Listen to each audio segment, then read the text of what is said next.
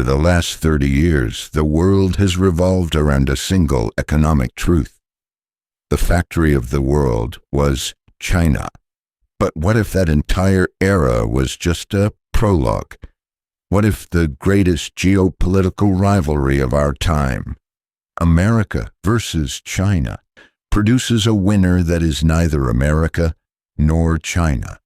Who is the silent beneficiary of this great power struggle? Which nation is quietly absorbing the world's most critical supply chains?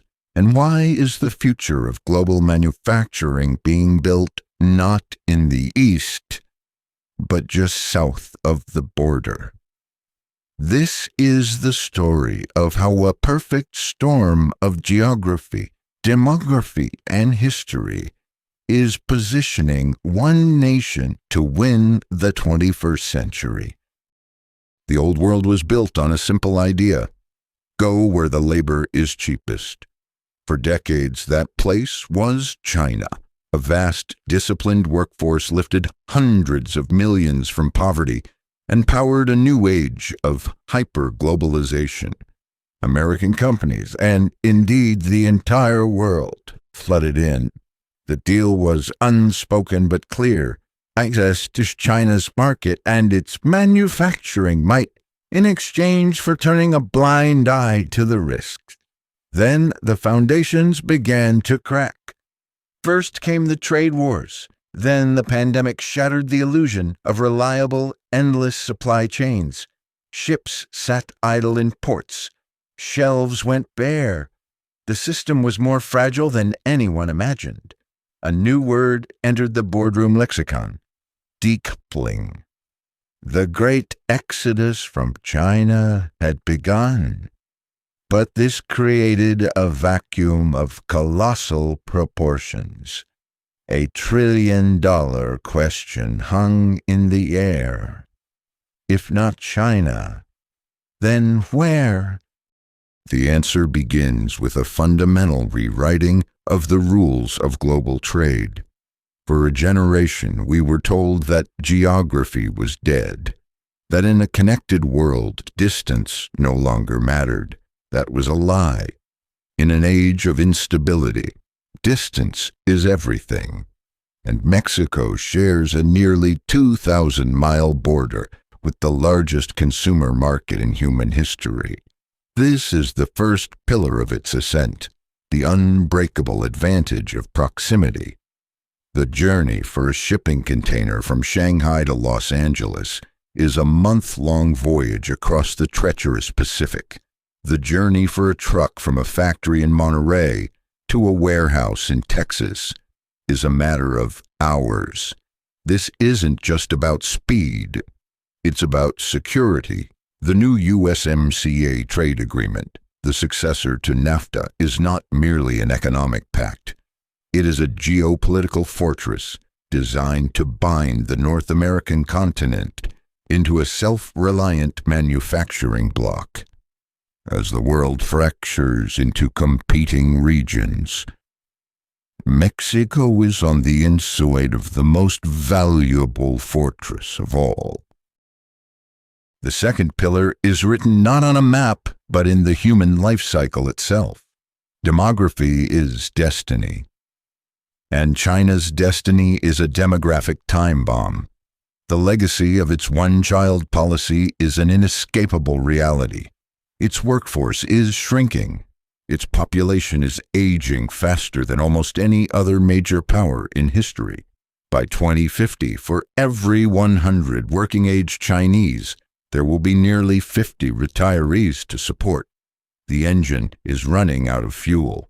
Now look south to Mexico. Mexico is young, profoundly, powerfully young. The median age is just 29. This isn't just a statistic. It is a promise. It represents a generation of workers, innovators, and consumers whose story is just beginning. While China confronts a future of scarcity, Mexico is staring at a future of abundance, a demographic dividend that will pay out for decades to come. The final pillar was forged in the failures of the past. Mexico's often turbulent economic history and its complex dependence on the United States forced it to adapt. It couldn't compete with China on cheap t-shirts or plastic toys. So it went up the value chain. It specialized. It quietly became a world-class hub for complex manufacturing, for cars, for medical devices, for aerospace components. This wasn't the low-skilled assembly of the past. This was the high-tech integrated industry of the future. The decades of NAFTA, for all its controversies, built the rails. It created the logistics networks, the legal frameworks, and the deep institutional knowledge. So as Western companies now flee China, they are not looking for a blank canvas. They need a plug-and-play solution. They need a country that already knows the game. Mexico is the only one on the board that has been playing it with America for 30 years.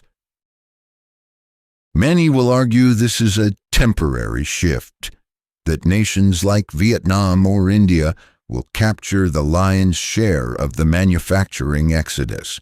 But this misses the brutal logic of the New World Order. Those nations are powerful alternatives to China. But Mexico is its heir. They can offer low costs, but they cannot offer a land border with the United States. And in the 21st century, that is the only advantage that cannot be replicated.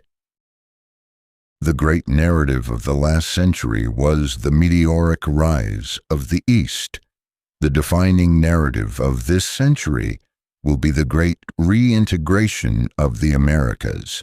Mexico is not merely benefiting from a trade spat.